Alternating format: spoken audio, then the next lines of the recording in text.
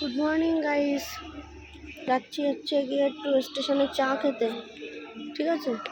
চা খেয়ে তারপর দোকান খুলতে হবে। আর হচ্ছে গিয়ে লেট হয়ে গেছে আজকেও, ঝটপট তাড়াতাড়ি চা খেয়ে দোকানে চলে যাবো। দাও দাও চা দাও তাড়াতাড়ি একটা। টাটা, চা দাও তুমি।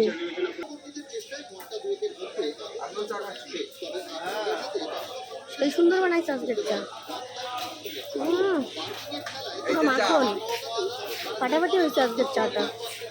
চায়ের সঙ্গে একটা বিস্কুট খেতে হবে।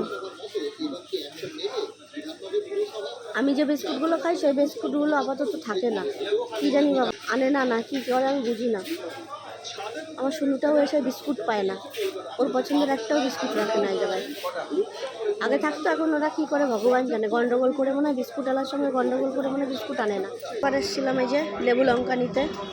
আজকে তো শনিবার, দোকানে লেবু লঙ্কা দিই। জানি না কতটা কী এতে উপকার হয় কি না হয়। আগে এসে একটা ব্রাহ্মণ দিয়ে যেত, এখন ইদানিং আসছে না বলে নিজেই কিনে দিই।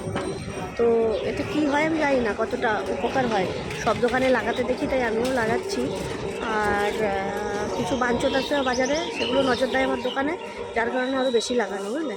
বাঞ্চতের হাত থেকে আমার দোকানটা রক্ষা করার জন্য। একদম হাবাজাবা লোকজন বাজারে থাকে কিছু।